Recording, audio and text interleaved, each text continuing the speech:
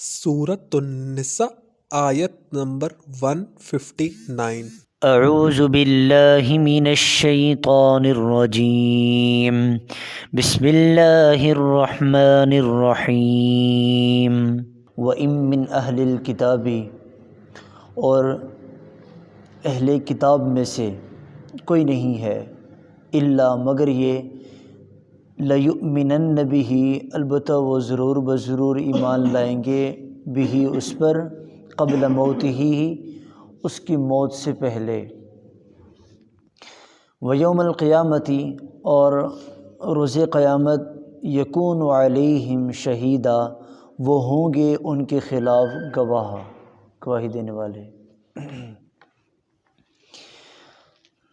ماقبل میں آپ حضرات نے سنا حضرت عیسیٰ علیہ السلام کا تذکرہ چل رہا ہے، اور یہودیوں نے جو افعال بد کیے تھے، اللہ جل شانہ نے ان کا تذکرہ کیا، اور پھر ان کا حضرت عیسیٰ علیہ السلام پر تہمت لگانا، اور پھر ان کے دشمن بن جانا اور ان کو قتل کرنا، یہ سارے اللہ جل شانہ نے پیچھے ان کا تذکرہ فرمایا۔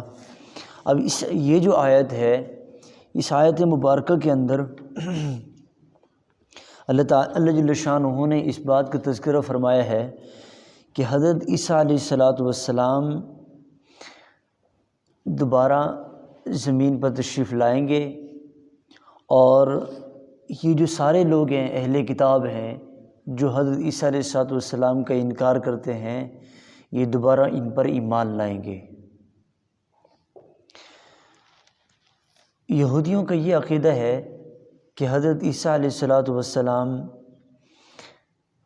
وہ یہ عقیدہ رکھتے ہیں کہ ان کو قتل کر دیا گیا ہے، اور حضرت عیسیٰ علیہ السلام زمین کے اندر دفن کر دیے گئے ہیں، وہ یہ کہتے ہیں۔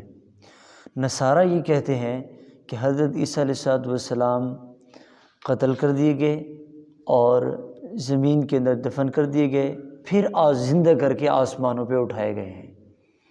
یہ نصارہ کا عقیدہ ہے، اور مسلمانوں کا یہ عقیدہ ہے کہ حضرت عیسیٰ علیہ السلام زندہ ہی آسمانوں پر اٹھائے گئے اور واپس تشریف لائیں گے انشاءاللہ، اللہ چاہیں گے۔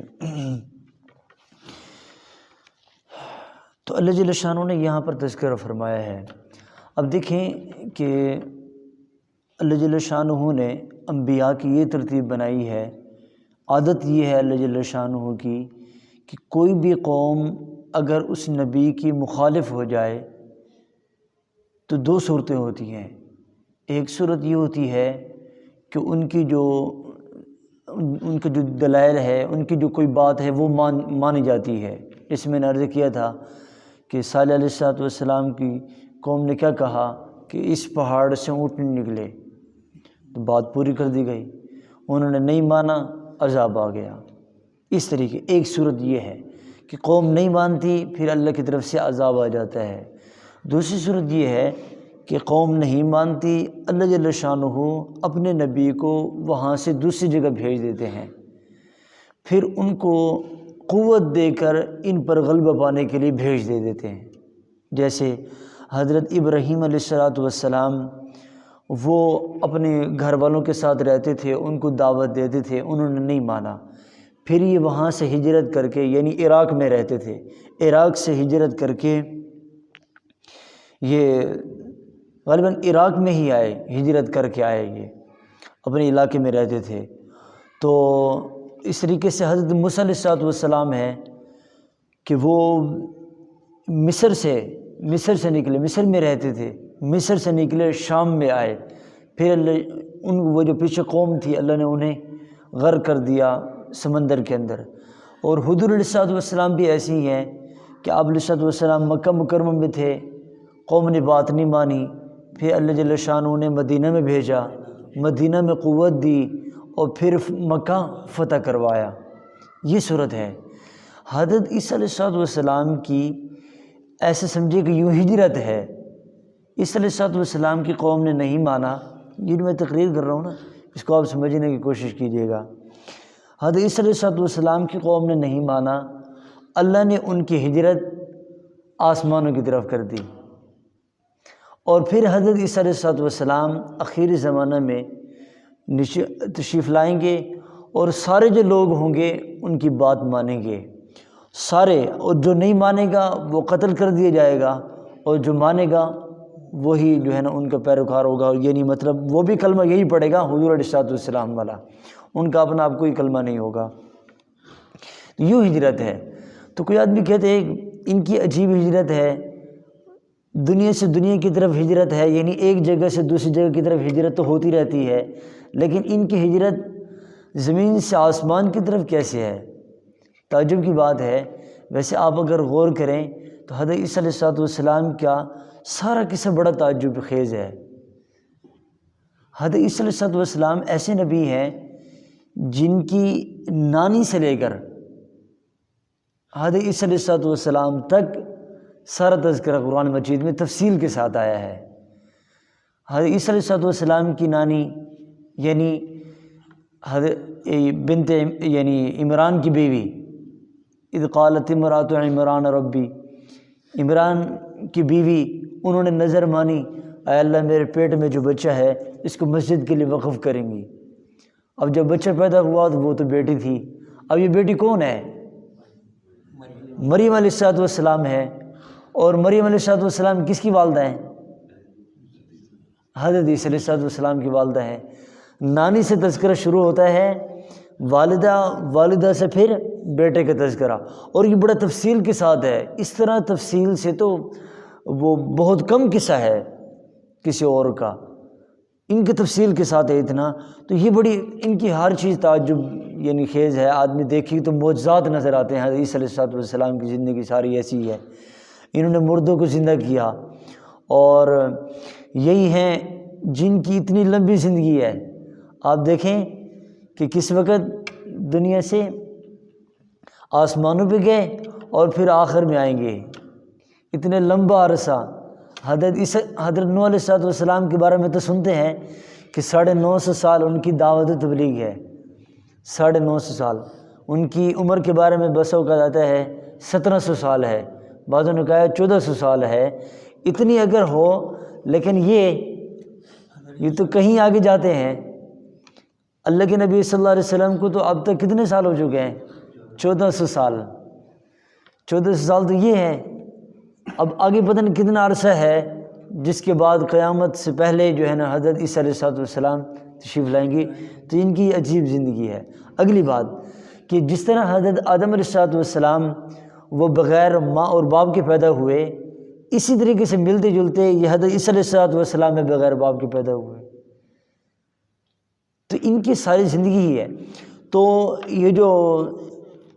یہ تھے یہودی تھے، وہ حضرت عیسیٰ علیہ السلام کے دشمن بن گئے، وہ تو ان کو نعوذ باللہ نبی ہی نہیں مانتے تھے، اتنے دشمن بنے، تہمت لگا دی، اتنے بن گئے۔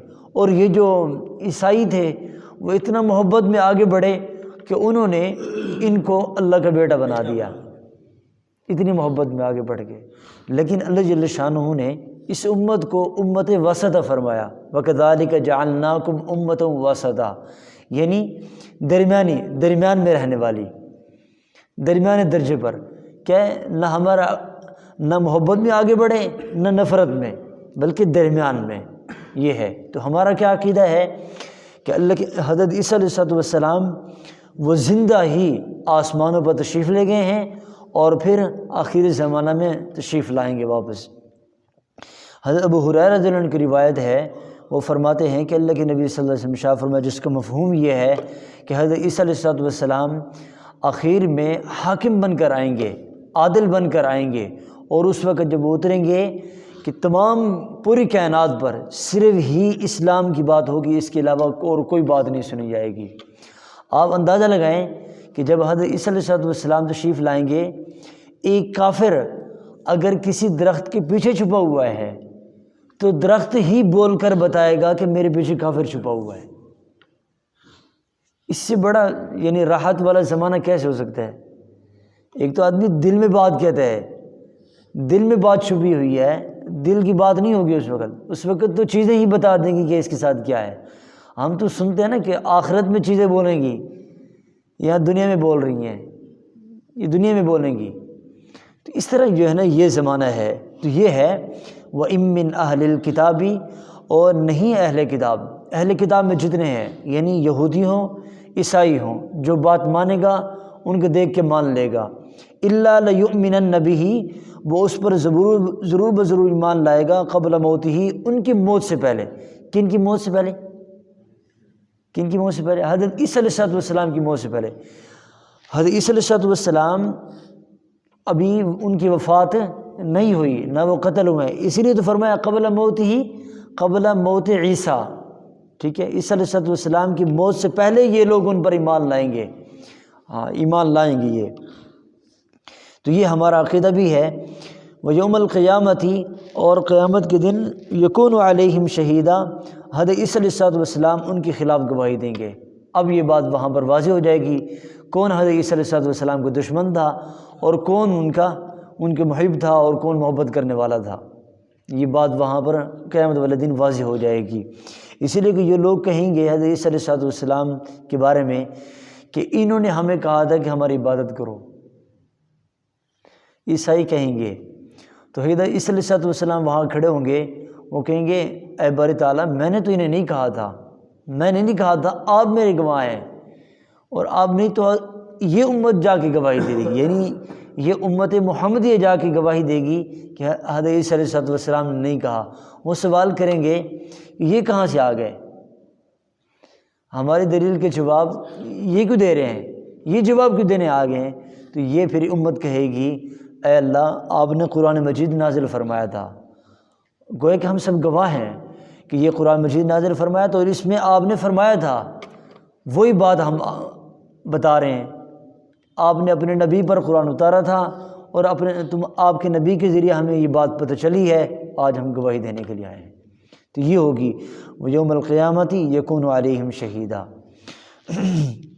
تو یہ حضرت عیسیٰ علیہ السلام ہے کہ اللہ جل شانہ نے ان کو بڑی عزت عطا فرمائی اور بڑا شان عطا فرمایا، اور ان کا تو شان اب بھی گویا کہ چل رہا ہے، وہ آسمانوں میں ہیں، اور جو ہے ان کی زندگی یعنی انہوں نے کتنا زمانہ دیکھا اور بعد میں آ کے دیکھیں، اور ابھی اس وقت اپنے روح اور جسم کے ساتھ اوپر موجود ہیں۔ بسا اوقات یہ کہتے ہیں نا کہ عیسیٰ روح اللہ، عیسیٰ روح اللہ یہ نام آتا ہے تو زبانوں پر بھی آتا ہے، بولا بھی جاتا ہے۔ تو عیسیٰ روح اللہ کا مطلب کہ یہ نہیں ہے کہ صرف روح کے ساتھ وہ اوپر گئے ہیں، جیسے وہ بندہ سویا ہوتا نا تو روح آسمانوں میں ہوتی ہے اس کی، اس لیے حدیث میں آتا ہے کہ جو آدمی وضو کر کے سو جائے تو اس کی روح آسمانوں میں جا کے اللہ کے سامنے سجدہ کرتی ہے، ساری رات وہاں سجدہ کرتی رہتی ہے، اور پھر جب صبح ہوتی ہے تو پھر روح واپس آ جاتی ہے۔ اگر وضو کر کے نہیں سویا تو یہ نہیں ہوتا پھر تو نیند کا تعلق الگ ہے، یہ بیدار سونے کے وقت کی بات ہے، سونے سے ہی یہ ہو جاتا ہے۔ تو اس سے یہ ہوتا ہے، اس لیے فرمایا جاتا ہے کہ جو آدمی وضو کر کے سو جائے تو یہ جو اس کا سونا ہے وہ عبادت بن جاتا ہے۔ وہ کیسے عبادت بنتا ہے کہ روح اوپر سجدہ کر رہی ہے، اصل روح ہے نا، ہم وضو کر کے اپنی روح کو سکون پہنچاتے ہیں، روح کو سکون پہنچتا ہے، نماز پڑھی روح کو سکون پہنچا، کھانا کھاتے ہیں جسم کو سکون پہنچتا ہے۔ تو یہ ہمارا وضو کر کے سوتے ہیں، جسم کو تو کچھ نہ کچھ تکلیف ہوتی ہے، ٹھنڈک ملتی ہے، لیکن روح وہ سکون میں ہو جاتی ہے۔ اسی لیے فرمایا کہ جو آدمی وضو کر کے سو جائے اور پھر رات جس وقت بھی اس کی آنکھ کھلے فوراً ہی کوئی دعا کر لے، اللہ اس دعا کو فوراً قبول فرما لیں گے، فوراً دعا مانگ لے، اے اللہ میرا یہ مسئلہ ہے۔ تو آدمی بس وقت سوچ کے بھی سو جائے نا کہ میں وضو کر کے سو رہا ہوں، جیسے ہی رات کو میری آنکھ کھلے گی میں یہ دعا کروں گا، اللہ توفیق بھی دے دیتے ہیں، توفیق بھی اس کو مل جاتی ہے کہ وہ رات کو ایسے بیدار ہوتا ہے اچانک ہی تو اللہ سے دعا مانگ لیتا ہے، اللہ پھر دعا قبول فرماتے ہیں۔ پھر آدمی کہتا ہے کہ مجھے بخت لگ گیا ہے، یہ پھر کہتا ہے تو بخت اس وجہ سے لگا ہے کہ اللہ نے اس کی دعا قبول فرما لی، بس یہ ہوتا ہے۔ اللہ جل شانہ ہم سب کو عمل کی توفیق عطا فرمائے۔